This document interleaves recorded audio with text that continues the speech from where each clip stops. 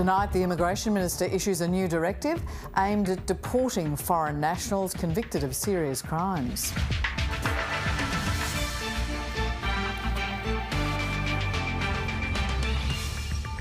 The Police Commissioner sits down for an exclusive Stateline interview saying there's no youth crime crisis. And from author to muse, a painting of Tim Winton takes out the coveted Archibald.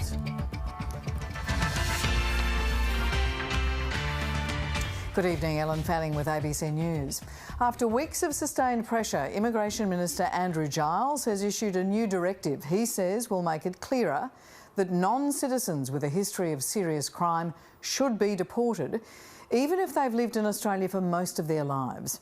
The opposition says it doesn't go far enough, while New Zealand has continued to express its concerns.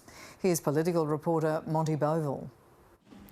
Fronting up to deliver a new direction. The Australian government expects community protection to be given greater weight when it comes to visa decisions. That signal prompted by criticism of Direction 99, which led to several non-citizens with serious criminal records escaping deportation. We need to give a very clear signal to decision makers that decisions should be made based on common sense. Minister Giles spending weeks defending issuing the direction last year that ensured a non-citizen's ties to Australia be a key consideration in visa cases. Direction 99 making way for Direction 110. The highest priority, the safety of the Australian community, insisting that family violence is so serious it should outweigh other factors, and that the impact on victims must be considered. The direction's contentious section on community ties remains, but it's been stripped back. These are clear, crystal clear directions to decision makers. Not clear enough, according to the opposition. I can't believe that it's taken this long to make such a minor adjustment, which in the end is still going to allow criminals to stay here.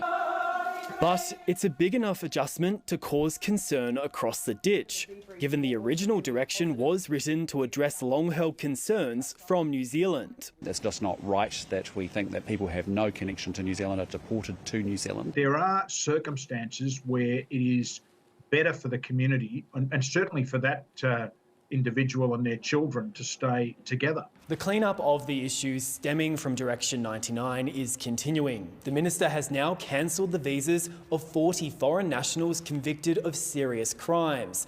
There's another 10 visa decisions he'll be closely watching before the new direction comes in on June 21. Whether the changes work the way the government wants them to remains unclear. Monty Boville, ABC News, Canberra. Nine Entertainment Chairman Peter Costello featured heavily in discussions at the company's board meeting today after a fresh scandal for the media giant. Allegations Mr Costello assaulted a journalist at Canberra Airport yesterday were strongly denied by the former Treasurer. Get in front and I'll come and talk to you, all right? That's a much better way of doing it. Otherwise you'll fall over each other. 2 decades on from setting the agenda in Canberra, former Treasurer Peter Costello, now the chair of Nine Entertainment, is making headlines after this altercation with a journalist. I did not lay a finger or a fist or anything else on him. Like a controversial decision in the footy, there's some guesswork. Sometimes when they're walking backwards, some have the ability to stay upright, others don't. I've known Peter Costello for many years and I've never known or found him to be aggressive in nature. And a rebuke from the current Treasurer. I think it's really important that we treat journalists with respect, that journalists are safe in their workplace, and if anyone should know that, it should be the chairman of a major media organisation. But the episode is a symptom of a bigger issue. The Nine conglomerate is dealing with the fallout of the departure of long-time senior leader Darren Wick, who left after serious claims of inappropriate behaviour towards staff.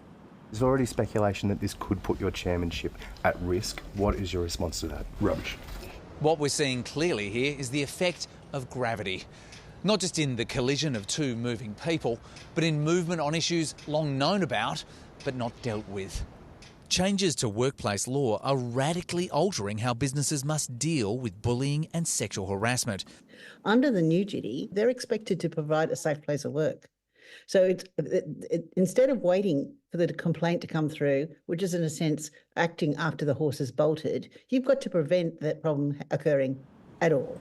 Nine Entertainment isn't alone in dealing with difficult issues.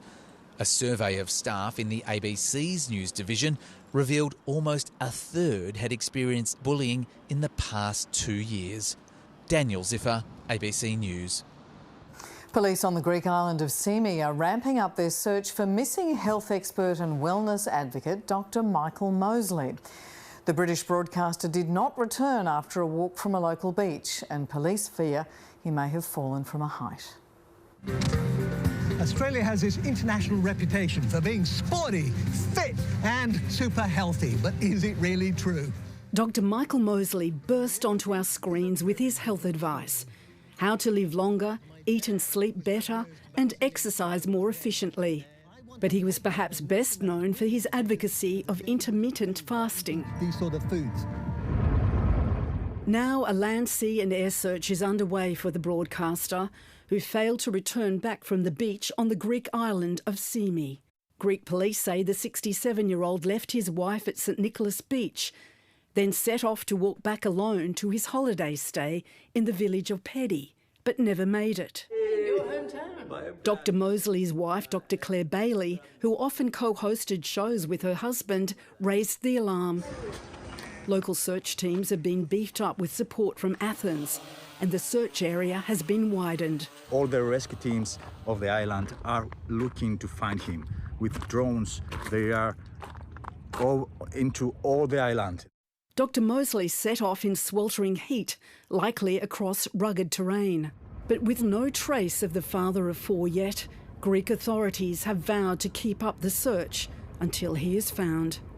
Jenny Lavelle, ABC News. A police officer and a one-year-old child are in hospital after a serious crash on the M1 this afternoon.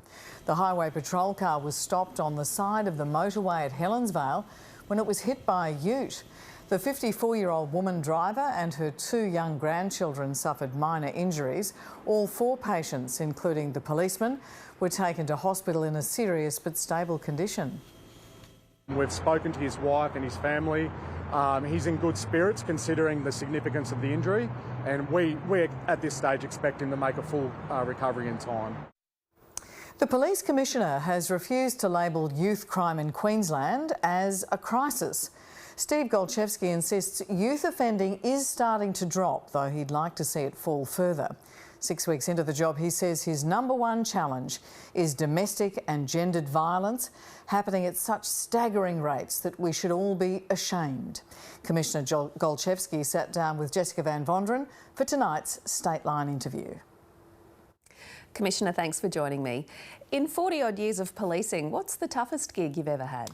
Oh, there's one thing that stands out, and I've said this a number of times, and considering what we've been through with COVID and some of the disasters I've been involved in as well, and some of the things I've seen as a police officer, the thing that stands out for me is Grantham in 2011. And I was a brand new Assistant Commissioner in Toowoomba, and that terrible event happened. And the flooding. The flooding and the loss of life, 25 lives lost in a day, and just the isolation and not knowing what was happening and what the community was going through. There's nothing has ever been like that, and never want to see anything like it again. Yeah, certainly a very dark day for Queensland. One of your big challenges now as Police Commissioner is youth crime. It's never far away from the headlines, and it's often called a crisis. Do you accept that characterisation? Does Queensland have a youth crime crisis? Look, I think youth crime has always been with us. Indeed, crime has always been with us, and it's been a struggle all through my career to get on top of crime, and we continue to try and do that. Is it a crisis? I think at the moment it's a strong concern. We are seeing some improvement. Of course, we have focused on this and we've committed resources to it. There's been changes. There's been much more collaboration across government working together. I recognise that some of the crimes that we've seen committed are horrendous. You know, the loss of life, the brazenness of it. But you don't like the word crisis? No, look, crisis gets thrown around a lot, and I've been in an organisation a long time, as you've mentioned, and I've seen many crises over the years. And generally speaking, a crisis to me means like you haven't got control of it and you haven't got a plan Well, we do have a plan and we are getting control of this. But do you have a specific target or a goal by which you would like to see those crime rates down?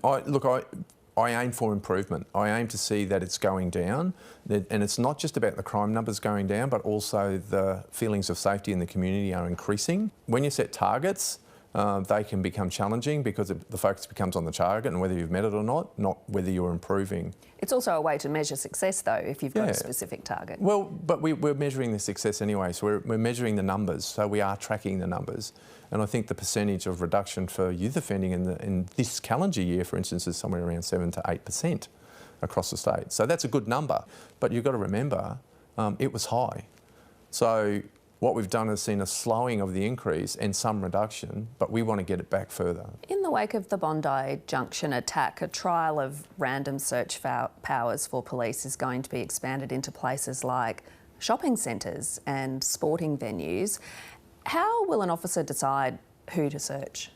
So this is an expansion of Jack's Law, which is very much randomised, and that's really important because we don't want our police officers targeting any particular cohort or otherwise.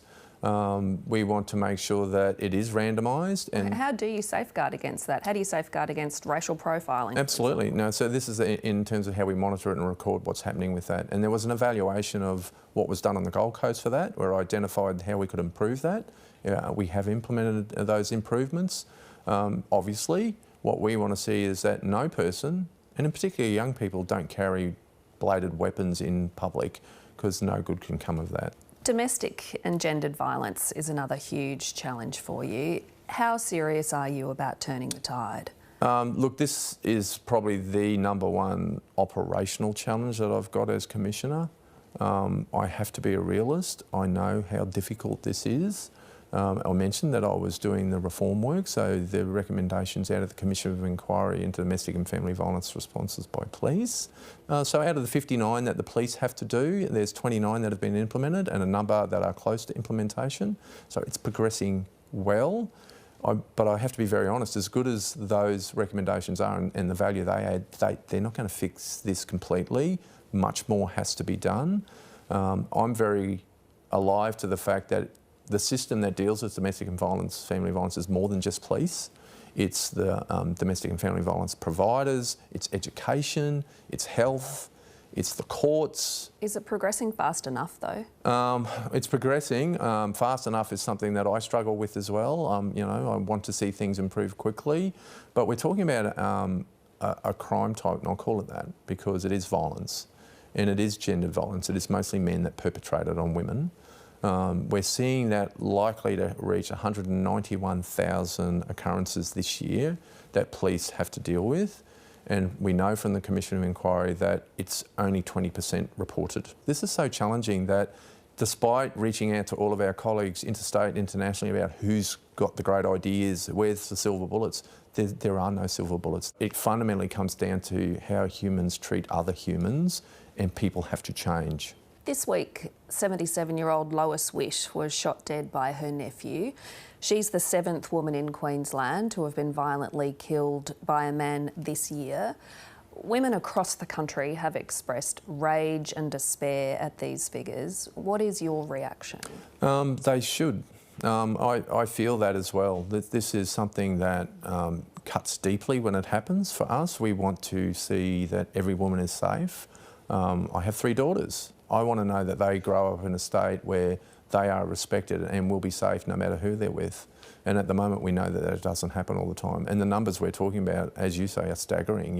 It's something that is endemic in our society, and we should be ashamed of it in many ways, that sort of thing can happen. Commissioner, thank you so much for your time. Thank you. However, the LNP disagrees with the Police Commissioner, insisting there is a youth crime crisis. Deputy Opposition Leader Jared Blaiey says Commissioner Golchevsky's assessment in the ABC Stateline interview was not correct. In the last week, I've been to Toowoomba, the Gold Coast, the Sunshine Coast, Brisbane. I've been to the electorate of Keppel, Rockhampton. There is a youth crime crisis. Queensland's Health Minister has been referred to Parliament's powerful Ethics Committee over a video posted to social media that was potentially misleading. Last month, a row erupted after Shadow Health Minister Ros Bates yelled "cross your legs" to Shannon Fentiman during a parliamentary debate about maternity services. Ms Fentiman posted a clip to social media which Ms Bates said lacked context and resulted in a wave of cyberbullying. Speaker Curtis Pitt says there's an arguable case that the now deleted video could have been potentially misleading, and he sent the matter to the Ethics Committee. Ms Bates was also referred after she refused to withdraw comments in Parliament. The United States is calling on Israel to be more transparent after a targeted strike on a school building killed at least 40 people. The Israeli Defence Force claims multiple Hamas operatives died in the central Gaza attack, where thousands of civilians had also been sheltering. Devastating grief after a terrifying pre-dawn strike.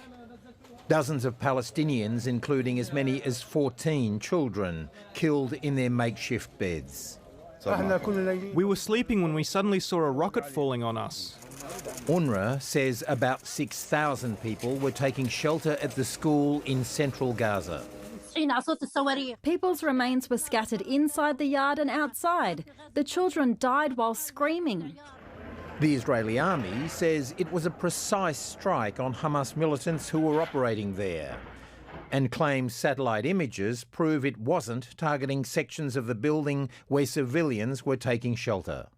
Our intelligence and surveillance indicated that there were no women or children inside the Hamas compound. Attacking, targeting, or using United Nations buildings for military purposes are a blatant and disregard of international humanitarian law. This latest attack inside Gaza has prompted an extraordinary intervention by the United States. The White House is calling on Israel to be fully transparent with the public.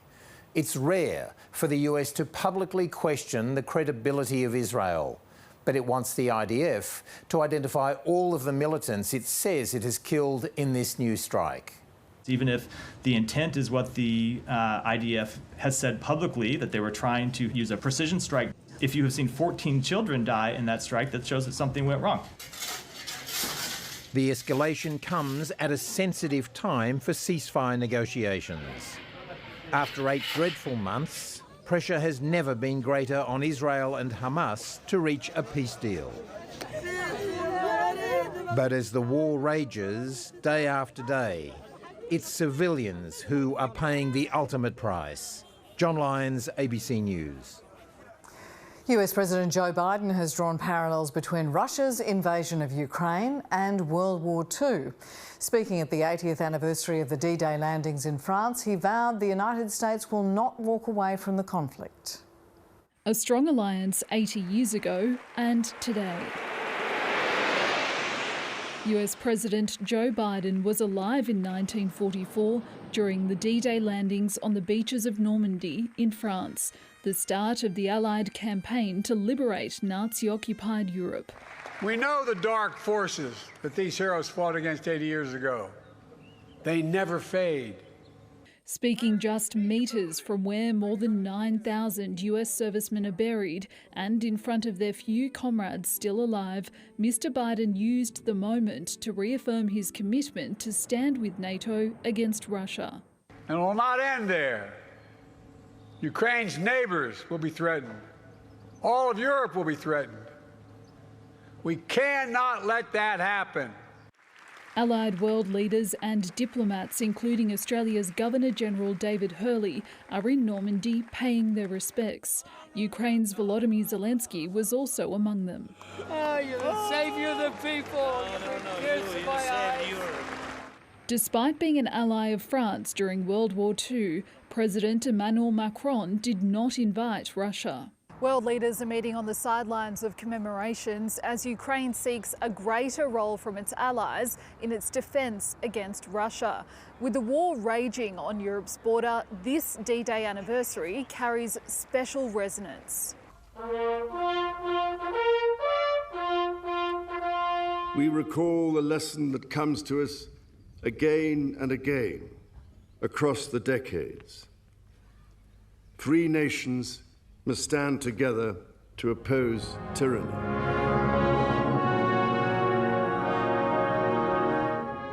When you go home, tell them of us and say, for your tomorrow, we gave our today. Hearing of the sacrifice through the few who survived. Rani Hayman, ABC News, London.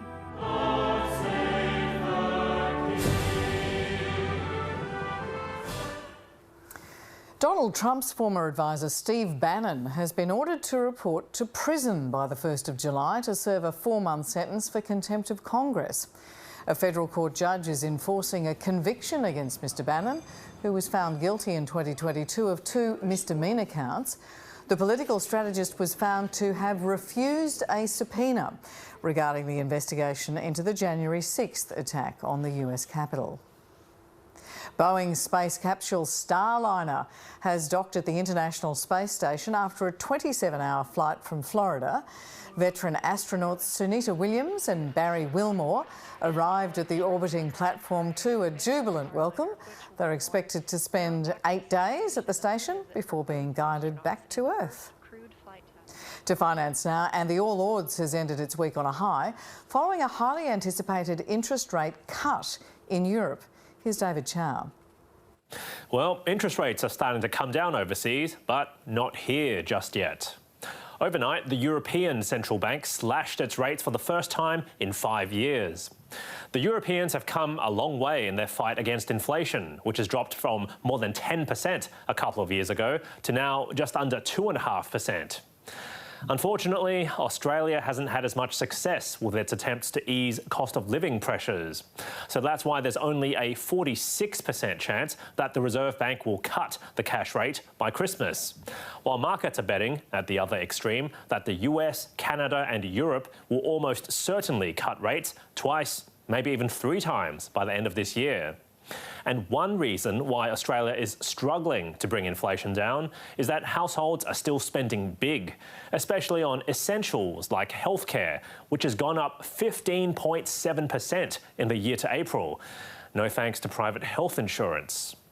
Unfortunately, it's just not one of those things you can easily stop spending on, unlike fashion and recreation, which is down quite a bit. Meanwhile, the share market rose by 0.5% today, and after going up for 3 days in a row, the All Ords has gained 1.8% for the week, which is pretty strong. And today's best performing stock was IDP Education, which rebounded sharply from yesterday's sell-off. Now overseas, it was a mixed bag with Wall Street flat, Asian markets down, and Britain's FTSE a little bit higher. Gold, oil and iron ore prices went up, while the Aussie dollar is buying 66.7 US cents. And that's finance. The first best of 3 series in the Women's State of Origin will end in a decider in Townsville in 3 weeks, after the Maroons levelled the series against the Sky Blues, kicking a field goal with minutes to spare in wretched conditions. That's true Origin football. It's so good for our game to play a game of footy like that. In several different stages, it didn't happen. That's footy. Knowing that our backs were against the wall after game 1, no one probably gave us any hope at all. We were written off. Townsville and try and get the Shield up in Queensland. We've seen him play better up in Queensland anyway. Well, Broncos coach Kevin Walters has blasted the NRL, calling for tougher penalties after his fullback, Reece Walsh, was knocked out in Wednesday night's Origin opener.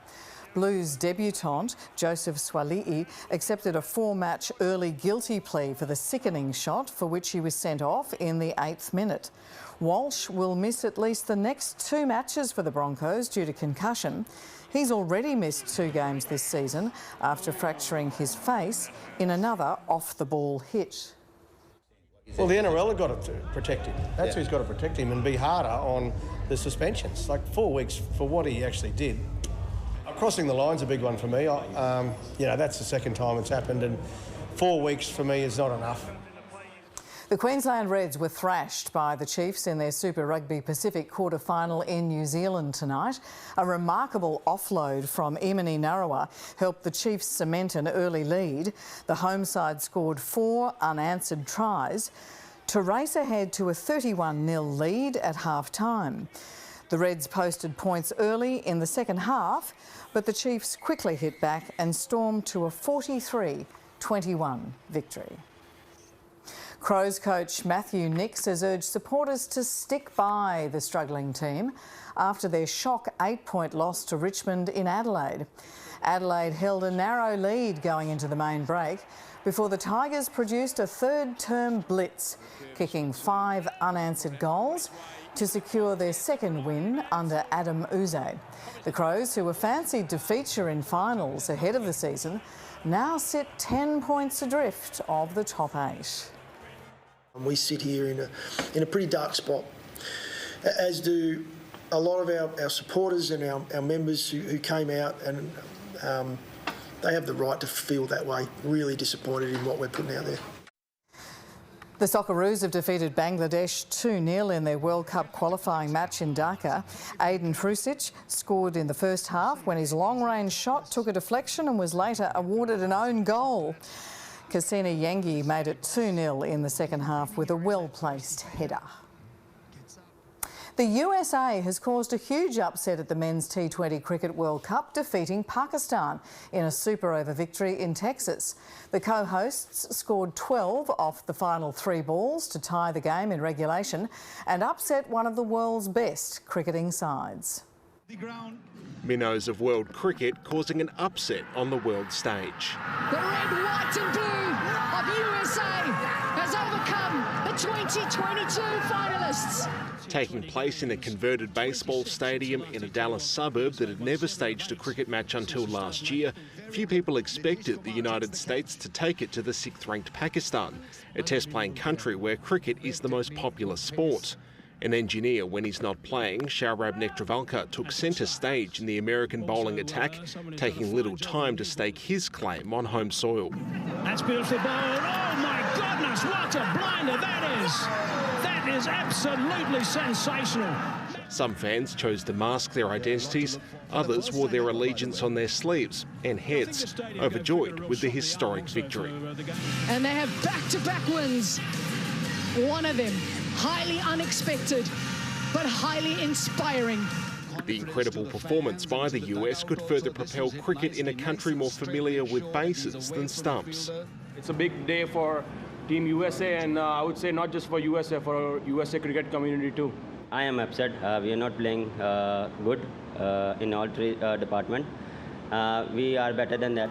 Pakistan's tournament hopes now hang in the balance ahead of a must-win clash against rivals India. Fraser Fife, ABC News. The women's top seed Iga Swiatek is through to the final of the French Open at Roland Garros. The Pole beat American 3rd seed Coco Gauff in straight sets, 6-2, 6-4. She's aiming for her 3rd straight French Open title. Swiatek will face Jasmine Paolini in the decider on Saturday after the Italian 12th seed defeated teenager Mira Andreeva 6-3, 6-1. It will be Paolini's first Grand Slam final. Now it's something, it's something crazy for me. I'm really happy, surprised, and yeah, that's the feeling right now. 3 debutantes have been named in the Diamonds squad as Netball Australia turns its eye towards hosting the 2027 World Cup. The 18-woman side was unveiled in Brisbane with Super Netball standouts Ash Irvin, Georgie Horjas and Hannah Mundy all early call-ups for the first time. Swift's mid-quarter Maddie Proud and Firebird Ruby Bakewell-Doran have been left out by coach Stacey Marinkovic. $6 million in federal funding was also announced for the cash-strapped Netball Australia, which is set to be put aside for the World Cup in Sydney, where the Diamonds will defend their title. I have absolutely no doubt that the Diamonds will retain the championship there, but we want them to have their Matildas moment. We want the country to light up for the Diamonds and for all the future Diamonds in 2027. A love of conservation has brought together the winning artist and subject at this year's Archibald Prize. Laura Jones won for her portrait of celebrated author Tim Winton. It's a case of fourth time lucky for this year's Archibald winner Laura Jones. As a little girl in Kurrajong, I dreamed about being an artist. I've been lucky enough to make that dream come true. Her portrait of prolific author Tim Winton captures his concern for the Ningaloo Reef in Western Australia, an issue the pair bonded over. He thought he looked like he had the weight of the world on his shoulders, but he does. Today we begin on the reef. Winton has been a vocal advocate for the protection of the reef, captured in a documentary released last year. He said about Ningaloo that it's a place that could teach us how to get things right if we just pause a moment and listen. This year also marks a big win for First Nations artists. The gallery received a record number of Indigenous entrants, and Aboriginal painters have taken out both the Wynne and Sulman prizes. It shows the songs of the seven sisters in the stars, crying. Now I am crying, but this time with happiness. The Sulman Prize for genre or mural painting was won by Naomi Kantjurani, accepted on her behalf by colleague and fellow finalist Muna Kulyuru. All finalists will be on show at the Art Gallery of New South Wales until September. Sean Turek-Goodwin, ABC News, Sydney. Wonderful. Weather now with Jacqui McLaren. And Jacqui, it was quite chilly across Queensland this morning. It sure was, Ellen. A little foggy in some parts too. Good evening, Queensland. Well, we experienced the coolest morning of the year so far in southern, central and northern parts today. Even as far north as Cairns felt quite brisk. But it was Oakey, just west of Toowoomba, which took out the cool spot, recording minus 1.6 degrees overnight. Meanwhile, in the Cape, still quite warm, 32 degrees the top for Palmerville. Chilly in Ipswich this morning at 2 degrees and Brisbane hit its peak at 20. Taking a look at photos, and despite the chilly morning, you really can't keep Queenslanders out of the water, including these keen surfers on the Sunshine Coast. Thanks everyone. Checking the satellite now, and mostly cloud-free for us, but we can see the system which has been causing New South Wales quite a drenching, and that's where all that thick cloud is. Now, conditions will ease in Sydney tomorrow, a top of 20 degrees on the way and a top of 21 for Perth. Let's take a look at the chart now, and this trough has actually moved offshore, and we've had a high pressure system move in, and that's what's bringing those breezy conditions, but also keeping things a little bit settled for us as well. Taking a look at the forecast for the next 4 days as well, as that high pressure system just keeps on dominating, we are going to see dry, cool and really lovely conditions. Taking a look at the sunny skies continuing inland too, the chance you'll wake up to some morning fog and frost due to those very chilly minimums. In the southeast, we will see some cloud about with a possible drop for the granite belt. Plenty of sun along the coastline though, clean surf conditions in the morning. So a beach day might be on the cards, 21 degrees for you on the Gold Coast and 22 degrees for the Sunshine Coast. Mostly sunny in the capital. We will have a burst of breezy westerlies come through in the morning, but they will ease by the time the Broncos kick off against the Sharks. A top of 21 degrees on the way, 21 degrees for Logan. Checking the bay now, and winds 15 knots for you boaties, seas around 1 metre. Sunrise will be at 33 past 6 in the morning. And looking ahead, plenty of sunshine with some chilly minimums. Ellen, it looks like it may just well be jumper weather for us. It's beautiful, isn't it? Perfect winter weather. Thank you. That is the news to this moment. Thank you so much for your company. We'll keep you up to date on our website. But for now, from all the team here in Brisbane, Jacqui and I and everyone else, have a wonderful night. Thank you so much for joining us. Good night to you.